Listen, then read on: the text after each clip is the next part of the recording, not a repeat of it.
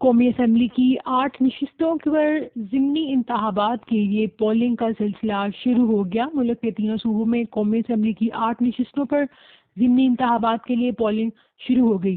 P T I کے اراکین قومی اسمبلی کے استعفے منظور ہونے کے بعد حالی ہونے والی خیبر پختونخوا کی 2، پنجاب کی 4 اور سندھ کی 2 نشستوں پر ضمنی انتخابات ہو رہے ہیں، جس کی تمام تیاریاں مکمل ہیں۔ تینوں صوبوں میں پی ڈی ایم اور حکومت کی اتحادی جماعتوں کا پی ٹی آئی سے سخت مقابلہ ہوگا۔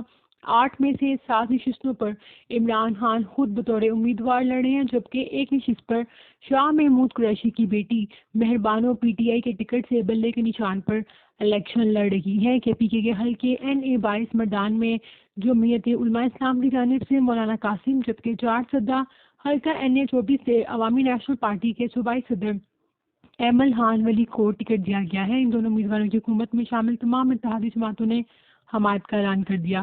پی ڈی ایم امیدواروں کا مقابلہ پی ٹی آئی کے چیئرمین عمران خان سے ہوگا۔ دیکھتے ہیں کہ کون آج کا ضمنی الیکشن جیتا ہے۔